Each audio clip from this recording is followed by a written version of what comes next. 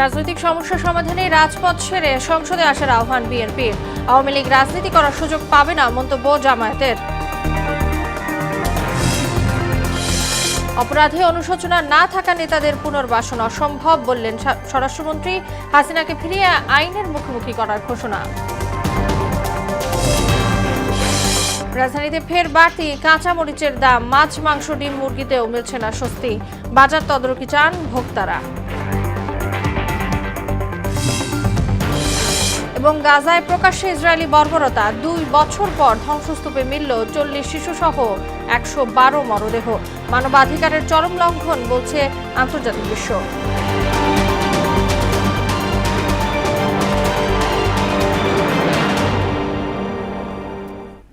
আসসালামু আলাইকুম, স্বাগত মোহনা সংবাদে। এতক্ষণ শুনছিলেন শিরোনাম, পুরো সংবাদের সঙ্গে আছি তাসনুবা বিনতে তাহের। রাজনৈতিক সমস্যা সমাধান রাজপথে নয়, বরং সংসদ ও গণতান্ত্রিক প্রক্রিয়ার মাধ্যমে হওয়া উচিত বলে মন্তব্য করেছেন বিএনপি মহাসচিব মির্জা ফখরুল ইসলাম আলমগীর।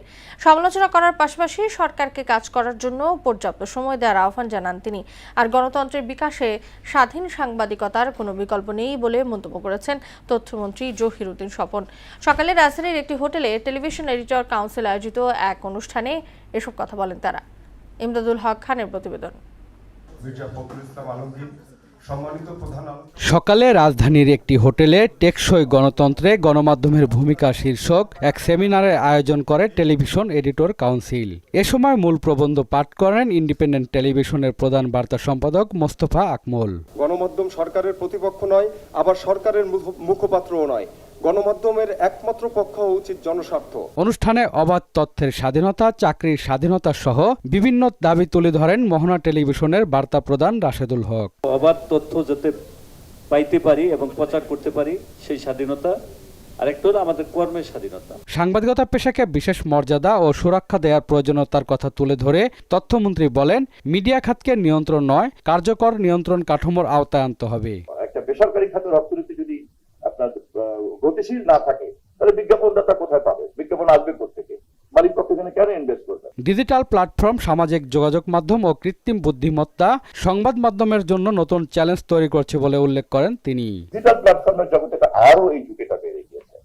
বলে এখন ফ্রি ইনফরমেশনকে প্রোটেকশন দেয় হচ্ছে জার্নালিজমের মূল ইথিক্স, এবং ডিসঅনেস্ট জার্নালিজমকে কমব্যাট করা, ব্যাটল করা, এটাও কিন্তু জার্নালিজম, অনেস্ট জার্নালিজম। সাংবাদিকদের চাকরি নিরাপত্তা, ওয়েজ বোর্ড বাস্তবায়ন ও ন্যায্য বেতন নিয়ে আরো ঐক্যবদ্ধ হওয়ার আহ্বান জানিয়ে প্রধান অতিথির বক্তব্যে বিএনপি মহাসচিব বলেন, অসহিষ্ণুতা ও প্রতিপক্ষের মত প্রকাশে বাধা টেকসই গণতন্ত্রে বড় অন্তরায়। বিনা কারণে সম্পাদকদেরকে বের করে দিচ্ছি, এগুলো নিয়ে কিন্তু আপনারা কথা বলেন না। আপনারা এখন পর্যন্ত আমি আপনাদের কোন অ্যাসোসিয়েশনের পক্ষ থেকে, ইউনিয়নের পক্ষ থেকে, সাংবাদিকদের পক্ষ থেকে জোরালো ভাষায় এগুলোর বিরুদ্ধে কোনো কথা বলতে নেই। ভীষণভাবে অসহিষ্ণুতা, এই অসহিষ্ণুতা নিয়ে কখনো আপনার গণতন্ত্রকে টেকসই করা সম্ভব হয়। নতুন সরকারের সমালোচনা করার পাশাপাশি সরকারকে কাজ করার জন্য পর্যাপ্ত সময় দেওয়ার আহ্বান জানিয়ে তিনি বলেন, রাজনৈতিক সমস্যার সমাধান সংসদ ও গণতান্ত্রিক প্রক্রিয়ার মাধ্যমে হওয়া উচিত। 5 বছর যেতে মানে আগেই শেষ করে দেবো। এই ভাষাগুলো তো গণতন্ত্রের ভাষা না। আপনি পার্লামেন্টে আসেন, পার্লামেন্টে কথাগুলো বলেন, বলা হয়েছে পার্লামেন্টের কথা। আপনার জুলাই সনদ নিয়ে কথা আছে, গণভোট নিয়ে কথা আছে, কিন্তু পার্লামেন্টই সমাধান করা যায়। গণমাধ্যমের স্বাধীনতা নিশ্চিতে সাংবাদিকদের সত্যনিষ্ঠ ও নিরপেক্ষভাবে কাজ করার আহ্বান জানান মির্জা ফখরুল। ধৈর্যটাকে রাখতে হবে, সহনশীলতা রাখতে হবে, নাহলে গণতন্ত্রকে কখনই এগিয়ে নেওয়া যাবে না। ইমদাদুল হক খান, মোহনা সংবাদ, ঢাকা। কার্যক্রম নিষিদ্ধ আওয়ামী লীগকে রাজনীতি করার সুযোগ দেওয়া হবে না বলে জানিয়েছেন জামায়াতের আমির ও বিরোধী দলীয় নেতা ডাক্তার শফিকুর রহমান।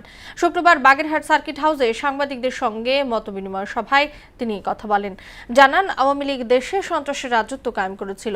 তার অভিযোগ, দলটি অসংখ্য মানুষকে হত্যা ও গুম করেছে। তবে এসব ঘটনার জন্য আওয়ামী লীগের পক্ষ থেকে এখনও কোনো অনুশোচনা দেখা যায়নি। দলটির নেতারা সীমান্তের ওপারে অবস্থান করে এখনো উস্কানি দিয়ে যাচ্ছেন বলে জানান তিনি। এখনো মিডিয়া পুরোপুরি স্বাধীন, আপনারা মাত্র বড় সাক্ষী আমি বলতে যাচ্ছি। সরকারি দলের পারফরমেন্স জনগণ বিবেচনায় নিবে 5 বছর, বিচারের রায় তারা প্রদান করবে। আমরা সেই বিচারে বিশ্বাস। এখন ব্যর্থ না সার্থক এটা সরকারি দল বলুক, আমরা বলবো। গণহত্যার দায় না নিয়ে দেশে রাজনীতি করার সুযোগ নেই বলে মন্তব্য করেছেন স্বরাষ্ট্রমন্ত্রী সালাউদ্দিন আহমদ। আর শেখ হাসিনাকে ফিরিয়ে এনে আইনের মুখোমুখি হতে হবে বলে জানিয়েছেন আইনমন্ত্রী মোহাম্মদ আসাদুজ্জামান। সকালে কক্সবাজার ও ঝিনাইদহে 2টি অনুষ্ঠানে এসব কথা বলেন তারা। আমনুল হক বাবুল ও সোহেল আহমেদের প্রতিবেদন, জানাচ্ছেন মিশাল বিনতে আনোয়ার। কক্সবাজার মেডিকেল কলেজ ও হাসপাতালে নতুন ভবনের ভিত্তিপ্রস্তর স্থাপন অনুষ্ঠানে যোগ দেন স্বরাষ্ট্রমন্ত্রী সালাউদ্দিন আহমদ। পরে গণমাধ্যমের মুখোমুখি হয়ে তিনি বলেন, মানবতা বিরোধী অপরাধে অভিযুক্তদের রাজনীতিতে ফেরার সুযোগ নেই। অপরাধের জন্য অনুশোচনা না থাকা সত্ত্বেও রাজনৈতিক পুনর্বাসনের আশা অবাস্তব। যারা গণহত্যা এবং মানবতা বিরোধী অপরাধের দায়ী, যে জন্য তাদের কোনো অনুশোচনা নাই, বাংলাদেশের মানুষের সামনে ক্ষমা প্রার্থনা করে নাই, তাদের কোনো রাজনীতি বাংলাদেশের মানুষ এলাও করবে না কখনো। এর আগে কক্সবাজার উন্নয়ন কর্তৃপক্ষের আয়োজনে ফ্ল্যাট উন্নয়ন প্রকল্পের উদ্বোধন করেন স্বরাষ্ট্রমন্ত্রী। আধুনিক, সুপরিকল্পিত ও পরিবেশ বান্ধব পর্যটন হাব হিসেবে গড়ে তোলার জন্য সবার প্রতি আহ্বান জানান তিনি। এদিকে ঝিনাইদহ শৈলকুপা উপজেলা পরিষদ মিলনায়তনে চিত্রশিল্পী মুস্তফা মনোয়ারের স্মরণ সভায় যোগ দেন আইন, বিচার ও সংসদ বিষয়ক মন্ত্রী মোহাম্মদ আসাদুজ্জামান। এ সময় তিনি বলেন, বর্তমানে মানবিক মূল্যবোধ সম্পন্ন বিচারকের অভাবে আদালতের কার্যক্রম পরিচালনা ব্যাহত হচ্ছে। বিচার বিভাগের সবচেয়ে বড় সংকট হলো মানবিক মূল্যবোধ সম্পন্ন বিচারকরা ওই চেয়ারে বসবেন সেই দিন একটি স্বচ্ছ, স্বাধীন, নিরপেক্ষ এবং ন্যায় বিচারপূর্ণ বিচার ব্যবস্থা বাংলাদেশে প্রতিষ্ঠিত হবে। দেশে ফিরে শেখ হাসিনা আইনের মুখোমুখি হবেন বলেও আশা জানান আইনমন্ত্রী। ডিসেম্বরে সে কারাগারে যাক, আইনি পথ ধরে হাঁটুক, কিন্তু আইনের ক্ষমতা তার থেকেও দীর্ঘ। আইন তার দীর্ঘ ক্ষমতা প্রয়োগ করবে। আইনের শাসন প্রতিষ্ঠা ও অপরাধীদের শাস্তি নিশ্চিতের মাধ্যমে দেশে নতুন রাজনৈতিক সংস্কৃতি তৈরি হবে বলেও প্রত্যাশা দুই মন্ত্রীর। মিশাল বিনতে আনোয়ার, মোহনা সংবাদ। ভারতের সহায়তায় আওয়ামী লীগ সিভিল কু বা মিলিটারি কু করার চেষ্টা করতে পারে বলে সরকারি কর্মকর্তা কর্মচারীদের সতর্ক থাকার আহ্বান জানিয়েছেন প্রবাসী কল্যাণ প্রতিমন্ত্রী মোহাম্মদ নুরুল হক। শুক্রবার প্রেস ক্লাবে আয়োজিত এক আলোচনা সভায় তিনি একথা বলেন। জানান, এই সরকারের কিছু হলে সবচেয়ে বেশি বিপদে পড়বে সচিবালয় ঘেরাও করতে যাওয়া ব্যক্তিরা। দুষ্ট প্রতিবেশী রাষ্ট্র বিদেশি অপশক্তির ইন্ধনে সহায়তায় চেষ্টা করবে সিভিল কু, মিলিটারি কু করার জন্য। আপনাদেরকেও বিভিন্নভাবে মিসগাইড করার জন্য, বিভিন্ন মিশন এজেন্ডা বাস্তবায়ন করার জন্য অনেকে আসতে পারে। কারো উস্কানিতে পা দেওয়া যাবে না। গতকালকে যে সচিবালয় আমরা যে চিত্র দেখেছি, আপনারা বিশ্বাস করবেন, এটা দেখে আমি একটু আতঙ্কিত হয়েছি ওই কারণে যে আমরা নিজের পায়ে নিজে কুড়াল মারার ব্যবস্থা করতেছি কিনা। কারণ এই সরকার যদি বিপদে পড়ে, গোটা দেশ বিপদে পড়বে। যারা সচিবালয় ঘেরাও করতে গেছে তারাই সবচেয়ে বেশি বিপদে পড়বে। বগুড়া ও সিলেটে পৃথক সড়ক দুর্ঘটনায় 16 জন নিহত হয়েছে। এতে আহত হয়েছে আরও 29 জন। বগুড়ার এরুলিয়া সিল্কি বান্ধা এলাকায় যাত্রীবাহী বাস নিয়ন্ত্রণ হারিয়ে অপেক্ষমান শ্রমিকদের ওপর উঠে যাওয়ায় অন্তত 7 জন নিহত হয়। এ সময় রাস্তা অবরোধ করে বিক্ষুব্ধ জনতা। এদিকে সিলেটের ওসমানী নগরে 2 বাসের সংঘর্ষে নিহত হয়েছে 9 জন। প্রতিনিধিদের পাঠানো তথ্য ও চিত্রে আরও জানাচ্ছেন মাহমুদা আক্তার। বগুড়ায় যাত্রীবাহী বাস নিয়ন্ত্রণ হারিয়ে সড়কের পাশে অপেক্ষমান শ্রমিকদের উপর উঠে যাওয়ায় অন্তত 7 জন নিহত হয়েছে। এই ঘটনায় আহত হয়েছে কমপক্ষে আরও 17 জন। ভোরে বগুড়া নওগাঁ মহাসড়কের এরুলিয়া সিল্কিবান্ধা এলাকায় এ মর্মান্তিক দুর্ঘটনা ঘটে। আহতদের উদ্ধার করে বগুড়া শহীদ জিয়াউর রহমান মেডিকেল কলেজ হাসপাতালে ভর্তি করা হয়েছে। আহতদের মধ্যে কয়েকজনের অবস্থা আশঙ্কাজনক। ঘটনাস্থলে সবাই, যারা এখানে দাঁড়াইছিল সবাই মোটামুটি আহত হয় এবং যারা বাসের নিচে পড়েছে তারা একবারে নিহত হয়ে যায়। পুলিশের সাথে বাড়ি খেয়ে এদিকে কাটি নিয়ে এসে একবার সব জনগণের উপর দিয়ে নিয়ে যায়, বাসটা নিয়ে যায় অনেকে মারা যায়। প্রতি মাসে 2-1টা স্কিডিং হয় এবং শুধু এই জনগণ নয়, এখানে ছাত্রছাত্রী সবচেয়ে বেশি ক্ষতিগ্রস্ত হয়। মৃত্যুকে হাতে নিয়ে চলতেছে এই জায়গাটায়, কোনো পদক্ষেপ গ্রহণ করা হয় না। মাঝে মাঝে ঘটনাগুলো ঘটে, কিন্তু এখানে একটা ব্যারিকেডও দেয় না।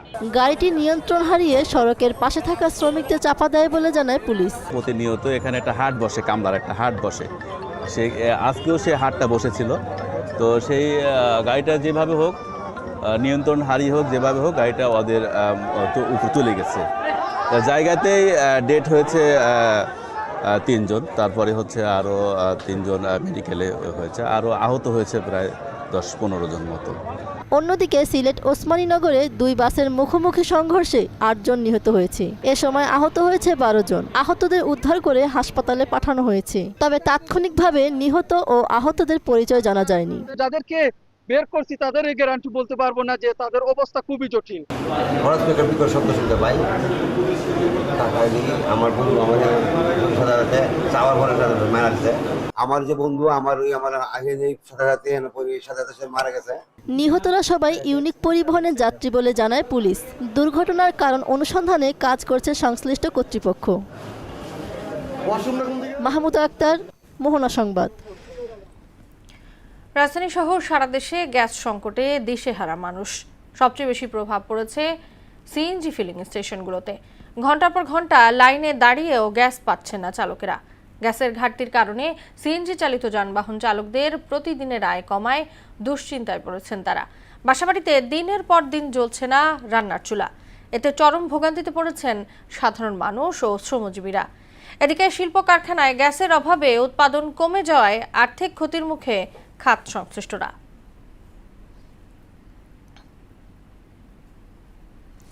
বৃষ্টির অজুহাতে রাজধানীর বাজারে আবারও বেড়েছে কাঁচামরিচের দাম। তবে কিছুটা কম চাহিদার শীর্ষে থাকা সবজিগুলো, যদিও তা ক্রেতার ক্রয় সীমার বাইরে। একই অজুহাতে দাম বেড়েছে মাছ, মাংস, ডিম ও মুরগিতে। এমন ঊর্ধ্বমুখী বাজার মূল্যে দিশেহারা ক্রেতা সাধারণ। যদিও বিক্রেতাদের দাবি আগামী 2-3 সপ্তাহের মধ্যে স্বস্তি ফিরবে নিত্যপণ্যের বাজারে। বিস্তারিত বিজন কুমারের প্রতিবেদনে। সপ্তাহের ব্যবধানে রাজধানীর বাজারগুলোতে কমতে শুরু করেছে সবজির দাম। তবে স্বস্তি ফিরছে না ক্রেতা মহলে। চাহিদার শীর্ষে থাকা অধিকাংশ সবজি বিক্রি হচ্ছে 60 টাকার উপরে। ফলে নিত্যপণ্যের বাড়তি ব্যয় সামাল দিতে হিমশিম খাচ্ছেন নিম্ন ও মধ্য আয়ের মানুষ। তরকারির দাম অত্যাধিক বেশি, যেটা আমার ক্রয় ক্ষমতার বাইরে। এরকম সবজির দাম অনুযায়ী আমার এই সংসার কিংবা লাইফ চলবে না। মানুষ এরকম সবজির দাম হলে যে বসা কামাইয়া তাতে করে মানুষের দিন যাবে না ভাই, খুব কষ্ট হবে। সপ্তাহের ব্যবধানে নগরীর বাজারগুলোতে কাঁচামরিচ ছাড়া প্রকারভেদে সবজির দাম কমেছে কেজিতে 10 থেকে 30 টাকা। বর্তমানে প্রতি কেজি পটল 60, বেগুন 140, কচুমুখী 80, ঢেঁড়স 80, করল্লা 120, বরবটি 80, শশা 60 টাকায় বিক্রি হচ্ছে। আর কাঁচামরিচ কেজিতে 40 টাকা বেড়ে বিক্রি হচ্ছে প্রতি কেজি 240 টাকায়। বর্তমানে মনে করেন বাজার কম, নিয়ন্ত্রণের ভিতরে আইছে। যেটা ছিল 140 সেটা এই সপ্তাহে 90, 180। সবজির দাম কমলেও সপ্তাহের ব্যবধানে চড়া মুরগি ও ডিমের বাজার। সোনালী মুরগি 20 থেকে 30 টাকা বেড়ে 320 থেকে 340 এবং ব্রয়লার 20 টাকা বেড়ে 190 থেকে 200 টাকায় বিক্রি হচ্ছে। পাশাপাশি 10 টাকা বেড়ে প্রতি ডজন মুরগির লাল ডিম 150 এবং সাদা ডিম 140 টাকায় বিক্রি হচ্ছে। মুরগির দাম হচ্ছে একটু বেশি, মুরগির ডিমের দামটাও একটু বেশি। বাজার মনিটরিং কন্ট্রোল করার বিষয় একটা সাবজেক্ট আছে। বৃষ্টির মধ্যে গাড়ি ঢুকতে পারে না, গাড়ির সমস্যা, ড্রাইভার সমস্যা, খামারের সমস্যা। প্রতি কেজিতে গত সপ্তাহ থেকে এই সপ্তাহে 10 টাকা 15 টাকা করে কেজিতে বেশি। সুখবর নেই মাছের বাজারেও। আকাশচম্বী দামে বিক্রি হচ্ছে চাহিদার শীর্ষে থাকা মাছগুলো। 20 টাকা বেড়ে পাঙ্গাস 200, 50 টাকা বেড়ে কাতলা 400, 30 টাকা বেড়ে রুই 380 এবং তেলাপিয়া মাছ 60 টাকা বেড়ে বিক্রি হচ্ছে 280 টাকায়। ক্রেতাদের অভিযোগ, বাজার মনিটরিং এর অভাবে স্বস্তি ফিরছে না নিত্যপণ্যের বাজারে। কিনতে পারলাম না ভাই, 1 কেজি মাছের দাম 350-400 টাকা। কিনতে পারতেছে না, এত দাম মাছের দাম তো একটু বেশি ভাই। আজকে শুক্রবার তো এমনি মনে করেন শতকরা 100-200 বেশি থাকে। প্রতিটি সবজির দাম 30 থেকে 40 টাকার মধ্যে থাকলে স্বস্তি ফিরবে ক্রেতা মহলে, এমন দাবি সকল ক্রেতার। বিজন কুমার, মোহনা সংবাদ, ঢাকা। জুলাই জাদুঘর উন্মুক্ত হওয়ার দ্বিতীয় দিন সকালে দেশের বিভিন্ন প্রান্ত থেকে এসে বেশ হতাশ হয়েছেন দর্শনার্থীরা।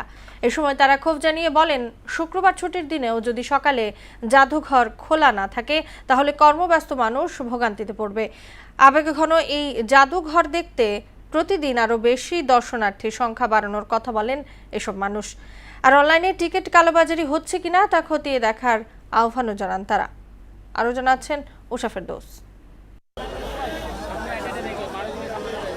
1 বছরেরও বেশি সময় ধরে আলোচনার কেন্দ্রে থাকা জুলাই গণ অভ্যুত্থান স্মৃতি জাদুঘর বৃহস্পতিবার থেকে জনসাধারণের জন্য উন্মুক্ত হয়েছে। আন্দোলনের ঘটনা প্রবাহ, শহীদ ও আহতদের স্মৃতি, আলোকচিত্র, ভিডিও, দলিল, ব্যক্তিগত ব্যবহার্য সামগ্রী এবং বিভিন্ন ডিজিটাল প্রদর্শনী জায়গা পেয়েছে এই জাদুঘরে।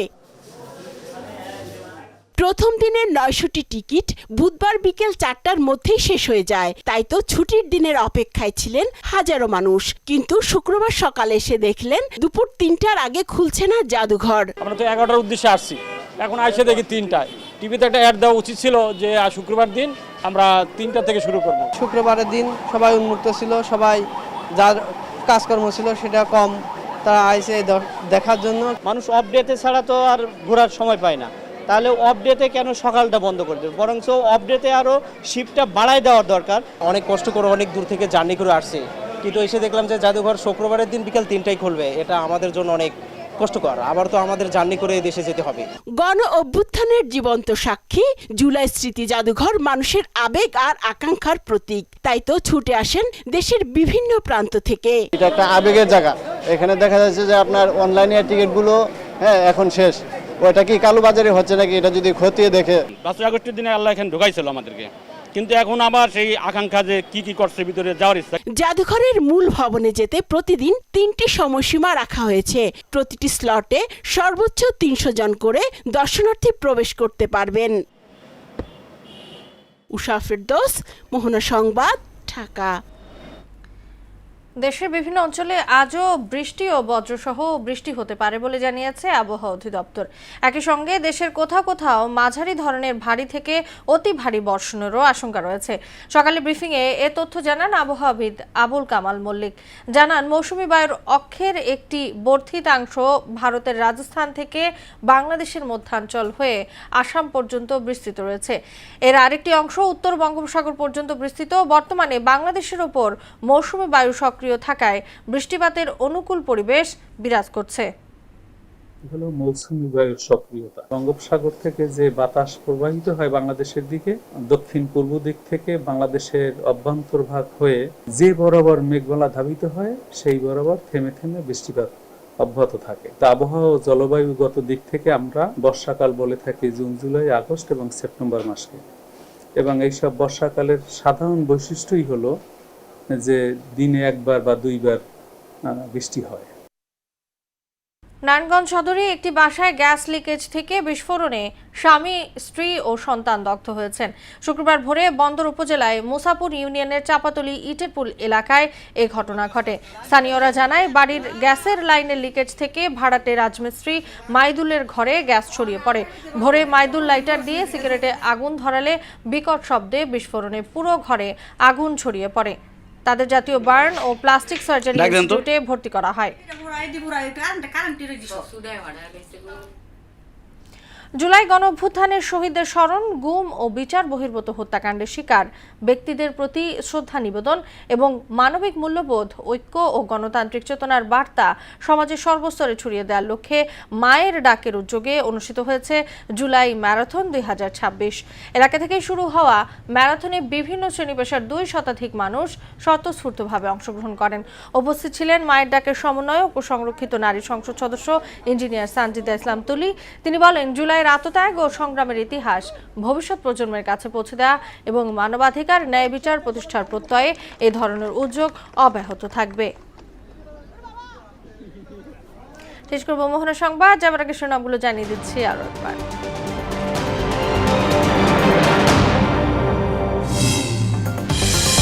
রাজনৈতিক সমস্যা সমাধানে রাজপথ ছেড়ে সংসদে আসার আহ্বান বিএনপির। আওয়ামী লীগ রাজনীতি করার সুযোগ পাবে না, মন্তব্য জামায়াতের। অপরাধে অনুশোচনা না থাকা নেতাদের পুনর্বাসন অসম্ভব বললেন স্বরাষ্ট্রমন্ত্রী। হাসিনাকে ফিরিয়ে আইনের মুখোমুখি করার ঘোষণা। রাজধানীতে ফের বাড়তি কাঁচামরিচের দাম, মাছ, মাংস, ডিম, মুরগিতেও মিলছে না স্বস্তি। বাজার তদারকি চান ভোক্তারা।